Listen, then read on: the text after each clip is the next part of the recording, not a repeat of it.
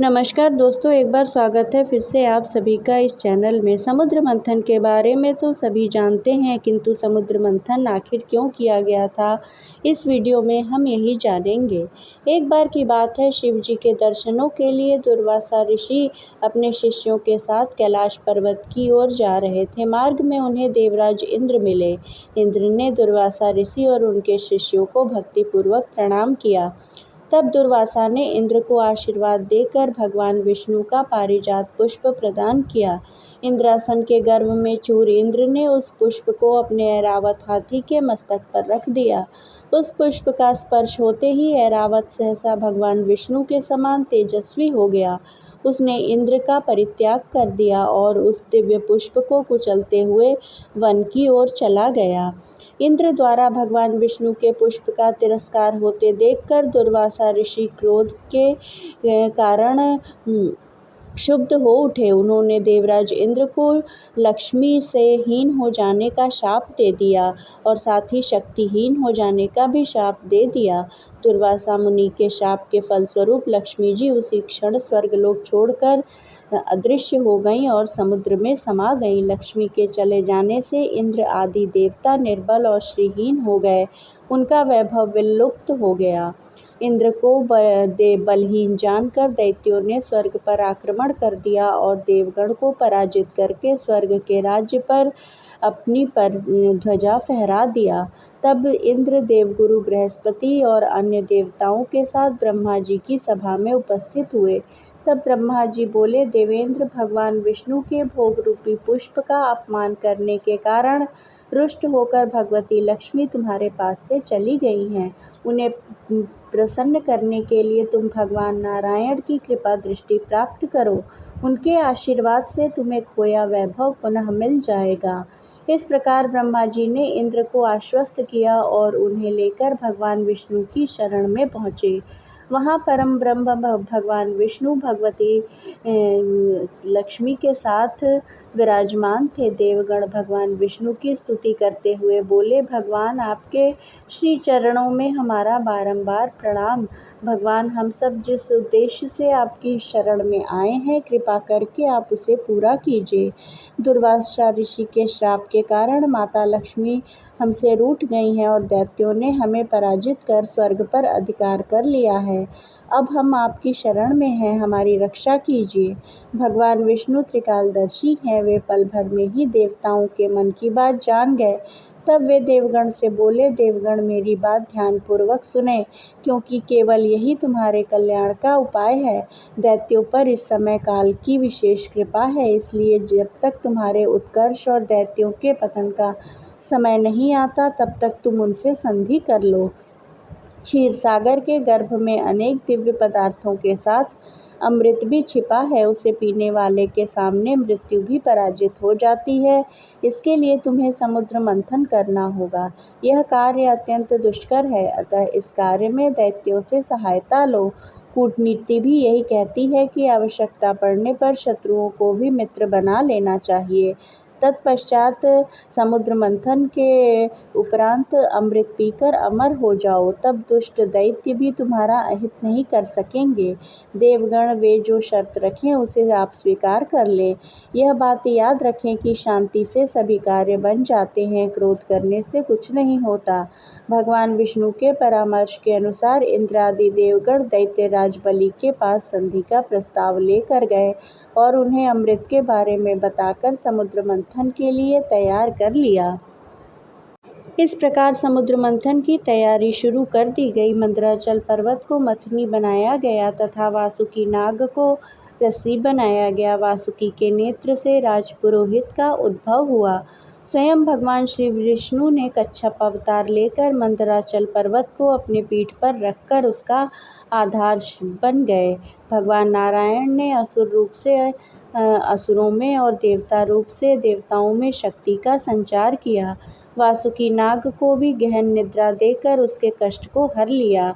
देवता वासुकी नाग को मुख की ओर से पकड़ने लगे। इस पर उल्टी बुद्धि वाले दैत्य, राक्षस, दानवों ने सोचा कि वासुकी नाग को मुख की ओर से पकड़ने में अवश्य ही कुछ न कुछ लाभ होगा। उन्होंने देवताओं से कहा कि हम किसी से शक्ति में कम नहीं हैं, हम मुंह की ओर का स्थान लेंगे। तब देवताओं ने वासुकी नाग के पूंछ की ओर का स्थान ले लिया। समुद्र मंथन आरंभ हुआ और भगवान कच्छप के 1,00,000 योजन चौड़ी पीठ पर मंदराचल पर्वत घूमने लगा। हे राजन, समुद्र मंथन से सबसे पहले जल का हलाहल विष निकला। उस विष की ज्वाला से सभी देवता तथा असुर जलने लगे और उनकी कांति फीकी पड़ने लगी। इस पर सभी ने मिलकर भगवान शंकर से प्रार्थना की। उनकी प्रार्थना पर महादेव जी ने उस विष को हथेली पर रखकर उसे पी लिया, किंतु उसे कंठ से नीचे नहीं उतरने दिया। उस कालकूट विष के प्रभाव से शिव जी का कंठ नीला पड़ गया, इसलिए महादेव जी को नीलकंठ भी कहते हैं। उनकी हथेली से थोड़ा सा विष पृथ्वी पर टपक गया था, जिसे नाग, बिच्छू आदि विषैले जंतुओं ने ग्रहण कर लिया था।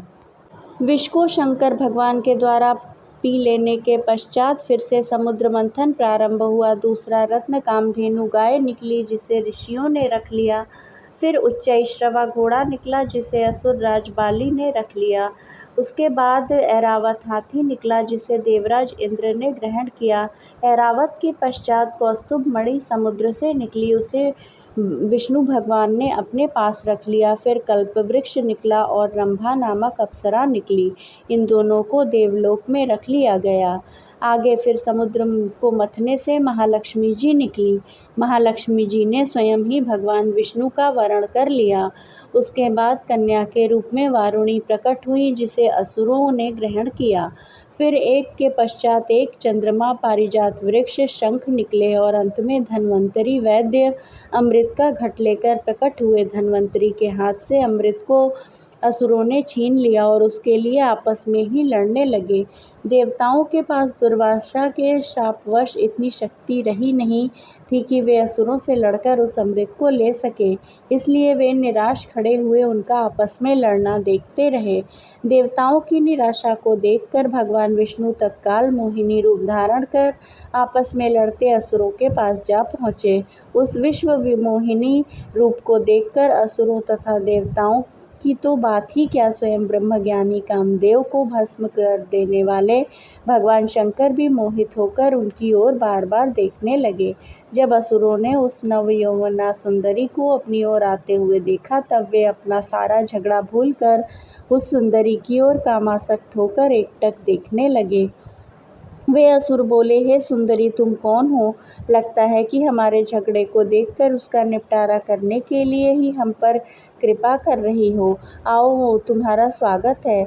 हमें अपने सुंदर कर कमलों से यह अमृत पान कराओ। इस पर विश्व मोहिनी रूपी विष्णु ने कहा, हे देवताओं और असुरों, आप दोनों ही महर्षि कश्यप जी के पुत्र होने के कारण भाई भाई हो, फिर भी परस्पर लड़ते हो। मैं तो स्वेच्छाचारिणी स्त्री हूँ। बुद्धिमान लोग ऐसी स्त्री पर कभी विश्वास नहीं करते, फिर तुम लोग कैसे मुझ पर विश्वास कर रहे हो?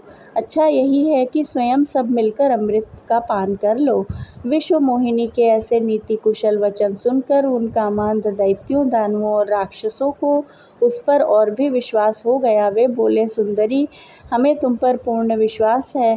तुम जिस प्रकार बांटोगी, हम उसी प्रकार अमृत का पान कर लेंगे। तुम ये घट ले लो और हम सभी में अमृत वितरण करो। विश्व विमोहिनी ने अमृत घट ले देवताओं और असुरों को अलग अलग पंक्तियों में बैठने के लिए कहा। उसके बाद असुरों को अपने नेत्रों से मदहोश करते हुए देवताओं को अमृत पान कराने लगी। असुर उनके कटाक्ष से ऐसे मदहोश हुए कि अमृत पीना ही भूल गए। भगवान की इस चाल को स्वर भानु नामक दानव समझ गया। वह देवता का रूप बनाकर देवताओं में जाकर बैठ गया और प्राप्त अमृत को मुख में डाल लिया। जब अमृत उसके कंठ में पहुंच गया तब चंद्रमा तथा सूर्य ने पुकार कर कहा, ये राहु दैत्य है। यह सुनकर भगवान विष्णु ने तत्काल अपने सुदर्शन चक्र से उसका सिर गर्दन से अलग कर दिया। अमृत के प्रभाव से उसके सिर और धड़ राहु और केतु नाम के 2 ग्रह बनकर अंतरिक्ष में स्थापित हो गए। वे ही बैर भाव के कारण सूर्य और चंद्रमा का ग्रहण लगाते रहते हैं। इस तरह देवताओं को अमृत पिलाकर भगवान विष्णु वहां से लुप्त हो गए। उनके लुप्त होते ही असुरों की मदहोशी समाप्त हो गई। वे अत्यंत क्रोधित हो देवताओं पर प्रहार करने लगे। भयंकर देवासुर संग्राम आरंभ हो गया, जिसमें देवराज इंद्र ने असुरराज बलि को परास्त कर अपना इंद्रलोक वापस ले लिया।